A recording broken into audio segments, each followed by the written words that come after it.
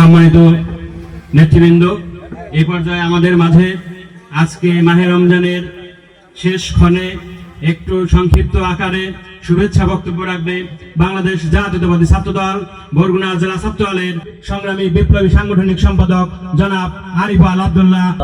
আজকে বরগুনা জেলা ছাত্রদল কর্তৃক আয়োজিত কিরাত ও দোয়া মাহফিল ইফতার মাহফিলে উপস্থিত আছেন সেন্ট্রাল ছাত্রদলের নেতৃবৃন্দ ও বরগুনা জেলা ছাত্রদলের সংগ্রামী নেতৃবৃন্দ ও আমার প্রাণের প্রিয় সংগঠন বাংলাদেশ জাতীয়তাবাদী ছাত্রদলের নেতাকর্মীরা সকলকে আমার পক্ষ থেকে ও আমার প্রাণের প্রিয় সংগঠন বাংলাদেশ জাতীয়তাবাদী ছাত্রদলের পক্ষ থেকে শুভেচ্ছা অভিনন্দন।